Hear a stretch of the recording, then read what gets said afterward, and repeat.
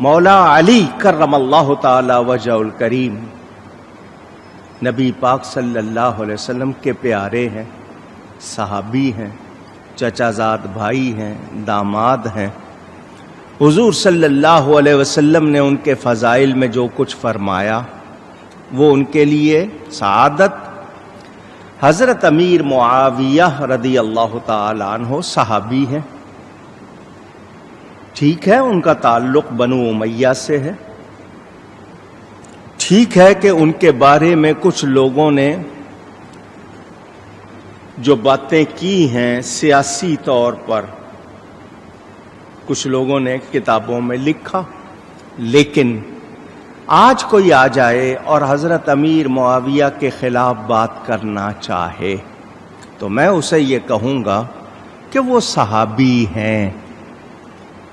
کیا ہیں وہ؟ اونچی کہیے۔ صحابی کو جو درجہ ملتا ہے وہ بڑی شان والا ہے۔ مولا علی کرم اللہ تعالی وجہ الکریم مولا کائنات کے فضائل بہت زیادہ ہیں، ان کی شان بہت زیادہ ہے۔ حضرت امیر معاویہ کو وہ فضائل حاصل نہیں، مگر وہ صحابی ہیں، اور میں کسی صحابی کے خلاف بات کرنا پسند نہیں کرتا۔ جھگڑا ختم، ان کی صحابیت میں کوئی شبہ نہیں ہے، وہ صحابی ہیں۔ اب تم بحث کرنا چاہو یوں وہاں یوں ہوا تھا، انہوں نے یوں کیا تھا، اللہ فرما رہا وَكُلًّا وَعَدَ اللَّهُ الْحُسْنَى، اللہ نے نبی کے تمام صحابہ سے بھلائی کا وعدہ کر لیا۔ رضی اللہ عنہم ورضوا عنہ، وہ اللہ سے راضی، اللہ ان سے راضی، اور میں کہوں کہ میں راضی نہیں تو میری حیثیت کیا ہے، میرا مقام کیا ہے؟ ہاں، فضائل اہل بیت میں خوب بیان کروں گا، جتنے مجھے آتے ہیں ان کی شان کے مطابق تو میں جانتا بھی نہیں، جتنے مجھے آتے ہیں میں بیان کروں گا، کوئی بخل نہیں کروں گا، مگر صحابہ کی بات آئے گی میں تعظیم کروں گا، میں کسی بے ادبی کا مرتکب ہونا نہیں چاہتا۔ تو کوئی بحث کرے گا بس بھی رہنے دو، وہ صحابی ہیں، اللہ ان سے راضی۔ تم اگر ناراض ہو تم جانو، تم نے جواب دینا ہے، میں کوئی فضول بحث کرنے کے لیے تیار نہیں۔ تو یہ میں آپ کو اس حوالے سے بتا رہا ہوں۔ کچھ لوگ بدزبانی کر جاتے ہیں، گفتگو کرو تو ان کے پاس جب دلیل نہیں ہوتی ہے وہ ذاتیات میں اتر آتے ہیں، آپ کی ذاتی باتیں کرنے لگ جائیں گے، تو ایسا ہے تو ایسا ہے، دلیل نہیں ہے بات کا جواب نہیں دیں گے، یا کوئی غلط لفظ سخت لفظ کہیں گے کہ آپ بھڑک اٹھیں اور لڑائی شروع ہو جائے۔ تو اللہ والے کیا کرتے ہیں؟ بحث ہی نہیں کرنی، بحث ہی نہیں کرنی، وہ اس بات پر راضی نہیں ہوتے کہ بحث مباحثہ کریں۔ تو ہم لوگ، میں نے آپ کو شاید یہ بات سنائی تھی اگر آپ کو یاد ہو، حضرت بایزید بسطامی رضی اللہ تعالی عنہ کے بارے میں ایک شخص نامناسب باتیں کرتا تھا، منفی نامناسب، جن کو آپ ہلکی یا بری باتیں کہیں، ان کے خلاف باتیں کرتا تھا۔ حضرت صاحب کو جب اطلاع ہوئی، حضرت صاحب نے گھر والوں کو کہا کھانا بناؤ، حلوہ بناؤ۔ گھر والوں نے حلوہ بنا دیا۔ حضرت صاحب نے اس شخص کو بھجوایا جو آپ کے بارے میں غلط باتیں کرتا تھا۔ کس نے بھیجا ہے؟ جی حضرت بایزید نے بھیجا ہے، آپ کے لیے تحفہ ہے۔ بڑا حیران کہ میں ان کو گالیاں دیتا ہوں، ان کے بارے میں بری باتیں کرتا ہوں، انہوں نے حلوہ بھیجا۔ ایک دن حلوہ آیا، 2 دن حلوہ آیا، 3 دن آیا، ہفتہ بھر آیا، اس کو شرم آئی، میں برا کہتا ہوں اور وہ مجھے روز حلوہ بھجوا رہے ہیں۔ وہ باتیں کرنے سے رک گیا، غلط باتیں کرنے سے رک گیا۔ حضرت کو اطلاع ملی کہ اب وہ نہیں کہتا، حضرت صاحب نے فرمایا بھئی حلوہ بھیجنا بند کر دو۔ وہ بڑا حیران، جب تک میں خلاف بولتا تھا میرے پاس حلوہ آتا تھا، اب میں نے ان کے خلاف بولنا چھوڑ دیا، انہوں نے حلوہ بھیجنا بند کر دیا۔ اس نے پیغام بھیجا کہ جب تک میں آپ کے خلاف باتیں کرتا تھا آپ حلوہ بھیجتے تھے، اب میں نے آپ کے خلاف باتیں کرنا چھوڑ دی ہیں تو آپ نے حلوہ کیوں بھیجنا بند کر دیا ہے؟ فرمایا جب تک تو ہمارے خلاف باتیں کرتا تھا اپنی نیکیاں ہم کو دیتا تھا۔ غیبت ہی ہے نا، جو منہ پہ نہ کہہ سکے پیٹھ پیچھے کہنا۔ تو اپنی نیکیاں ہمیں دیتا تھا، تو جب تو ہمیں فائدہ پہنچاتا تھا تو ہمارا بھی حق بنتا ہے کہ تجھے فائدہ پہنچائے۔ ہم تجھے حلوہ بھیجتے تھے، اب تو نے بولنا چھوڑ دیا، نیکیاں تو بھیج نہیں رہا، اب جب تیری طرف سے کوئی فائدہ نہیں ہو رہا تو ہم نے بھی حلوہ بند کر دیا۔ کیا مطلب کہ وہ جواب بھی دے سکتے تھے، مریدوں کو کہہ سکتے تھے ذرا اس کو سناؤ گرما گرم، لیکن انہوں نے کیا طریقہ اختیار کیا؟ یہ میرے آپ کے لیے تعلیم ہو گیا کہ گالیاں سن کر دعائیں دینا، مسکرانا، یہ اللہ والوں کا کام ہے، عام لوگوں کا کام اونچی۔ دوسروں سے کیسے پیش آنا؟ بعض مرتبہ کڑوی باتیں سننا، مزاج کے خلاف سننا، جاہلانہ بات سے چشم پوشی کا مطلب آنکھیں بند کر لینا، یہ ٹھیک ہے یہ کہہ رہا ہے چپ ہو گئے۔ بعض جگہ پر یہ درست ہے، لیکن جہاں حق بات کرنی ہوگی وہاں حق سے چپ رہنا جائز نہیں۔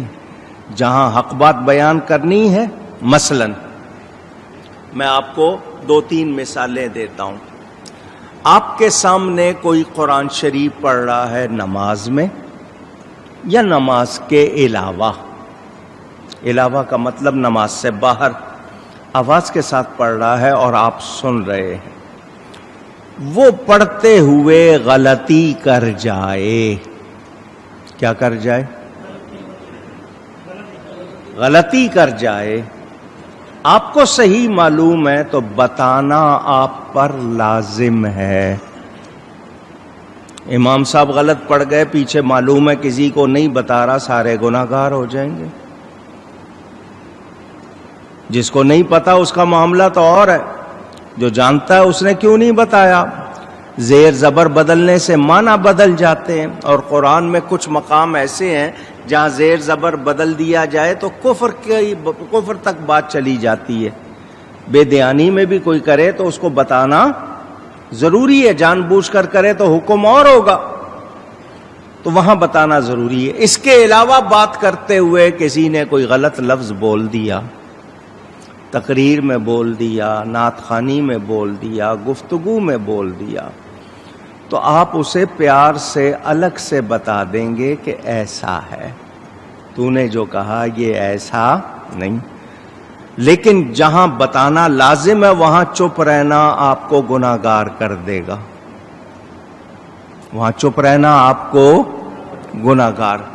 اور الساکت عن الحق شیطان اخرس، بخاری شریف میں روایت موجود، جو حق سے چپ رہے وہ گونگا شیطان ہے۔ حق سے چپ رہے یعنی حق نہ بولے، کتمان حق کو چھپانا، تو جہاں حق واضح کرنا ضروری ہے وہاں بولنا ضروری ہے، وہاں آپ کا چپ رہنا نہیں ہوگا۔ اور ذاتی طور پر بات آئی ہے، کسی نے کڑوی بات کہہ دی ہے، جاہلانہ بات کی، آپ چپ رہ جائیں گے، وہ آپ کو ثواب مل جائے گا۔ حضور صلی اللہ علیہ وآلہ وسلم کے ساتھ حضرت ابو بکر الصدیق رضی اللہ تعالی عنہ تھے۔ کوئی حضرت ابو بکر کے خلاف باتیں کر رہا تھا، حضرت ابو بکر سنتے رہے، وہ چپ نہ ہوا بولنے والا، وہ بولتا گیا، بولنے میں بڑھ گیا، حضرت ابو بکر چپ نہ رہے، بول پڑے۔ حضور صلی اللہ علیہ وسلم نے فرمایا، اے ابو بکر جب تک تو چپ تھا تیری طرف سے فرشتہ جواب دے رہا تھا، اب تو بول پڑا ہے تو فرشتہ چپ ہو گیا ہے۔ تو اس سے پتہ چلا کہ بعض جگہ جو ہم چپ رہتے ہیں اور جہاں چپ رہنے کی گنجائش ہے یا جائز ہے وہاں ہم چپ رہیں، کوئی ہمارے خلاف بات کرے تو اس کو اللہ کی طرف سے جواب ملتا ہے، لیکن جہاں بولنا ضروری ہے وہاں چپ رہنا گناہگار بنا دے گا۔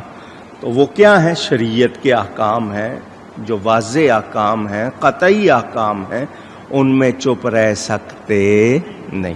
تو عزت بچانے کے لیے بھی بعض مرتبہ آپ چپ ہو جاتے ہیں، تو کون سی بات پہ چپ رہنا ہے، کون سی بات پہ چپ نہیں رہنا، یہ ہمیں معلوم ہونا چاہیے۔ کسی نے میری ذات کے حوالے سے کوئی بات کر دی ہے میں چپ رہ لوں، شریعت کے حوالے سے بات کی، نبی کے خلاف بات کی، تو کیا میں چپ رہوں؟ پوچھ رہا ہوں۔ تو جہاں بولنا ضروری ہے وہاں بولنا ہوگا، وہاں چپ رہنا گناہگار بنا دے گا۔ کیوں کہ وہاں آپ نہیں بولتے تو آپ کے ایمان کا مسئلہ بن جاتا ہے۔ سمجھ آئی؟ اور صوفیوں میں تو بہت زیادہ احتیاط ہوتی ہے۔ بات آئی ہے، سنا دیتا ہوں۔ حضرت ابو الحسن امیر خسرو رحمت اللہ تعالی علیہ، سلسلہ چشتیہ نظامیہ میں بڑی شان والے بزرگ، حضرت سیدنا نظام الدین اولیاء کو بہت پیارے، ان کو 12 بادشاہوں سے تعلق رہا۔ بادشاہ وقت نے حضرت سیدنا نظام الدین اولیاء سے ملنا چاہا تو حضرت نے انکار کر دیا، مجھے تجھ سے کوئی کام نہیں، ملنے کی کیا ضرورت ہے، تو جو کام کر رہا ہے خدمت کر، کیا کرنا ہے مل کے۔ وہ بادشاہ نے دیکھا کہ راضی نہیں ہو رہے، رات کو گیا ہوں، دن کو گیا ہوں، بات نہیں بن رہی، انہوں نے امیر خسرو سے کہا مجھے ملواؤ کسی طرح۔ وہ تو ملتے نہیں ہیں۔ حضرت امیر خسرو نے آ کر حضرت محبوب الہی سے پوچھا، حضرت وہ آنا چاہتا ہے؟ فرمایا نہیں۔ حضرت امیر خسرو نے دیکھ لیا کہ حضرت نے ملنا نہیں، ادھر وہ بادشاہ دباؤ ڈال رہا تھا امیر خسرو پر، تو امیر خسرو نے اس کو کہا اچھا رات کو آنا، جس وقت وہ حجرے میں اکیلے ہوتے ہیں، تو اچانک میرے ساتھ حجرے میں چلے جانا تو ملاقات ہو جائے گی، وہ اجازت تو نہیں دے رہے، تم آ جانا اچانک۔ بادشاہ کو یہ کہہ کے آ گئے مگر اپنے پیر صاحب سے چھپا سکے نہیں۔ پیر صاحب کو بتا دیا حضرت میں نے اس کو اس طرح اجازت دے دی ہے، وہ رات کو آئے گا، تو صرف 1 منٹ میرے خاطر۔ حضرت نے فرمایا تو نے اجازت دی ہے، میں نے اجازت نہیں دی، میں نہیں ملوں گا۔ بادشاہ آیا، وہ ایک دروازے سے داخل ہوا، حضرت دوسرے دروازے سے نکل گئے، اس سے ملے نہیں۔ جو بات کرنی ہے وہ اب بادشاہ نے امیر خسرو سے کہا تم نے بتا دیا تھا؟ کہا ہاں جی میں نے بتا دیا تھا۔ کہ دیکھو تم نے یہاں پر راز فاش کیا ہے، تم کو بتانا نہیں چاہیے تھا، جب تم نے میرے ساتھ رازداری میں بات کی تھی تو یہ بتانا نہیں چاہیے تھا۔ تو حضرت امیر خسرو کا جواب سن لو، محبت کی بات آئی ہے تو میں نے سنایا۔ ان کا تجھے دیا ہوا راز یا تیرا راز فاش کرنے سے خطرہ میری جان کو ہے، کہ تو ناراض ہو سکتا ہے، میری جان لے سکتا ہے، مجھے تکلیف پہنچا سکتا ہے۔ میں پیر سے چھپاتا تو خطرہ میرے ایمان کے لیے بن جاتا، میں جان دے سکتا ہوں، ایمان نہیں دے سکتا۔ تو یہ ہمیں سمجھنے کی بات ہے کہ کہاں جواب ضرور دینا ہے اور کہاں چپ رہنے سے بھی بات بن سکتی ہے۔ تو اس کی سمجھ ہونی چاہیے، جہاں شریعت کی حقیقت کی بات ہے وہ صحیح انداز میں، مناسب انداز میں کرنی ہے، وہاں چپ رہنا نہیں ہے۔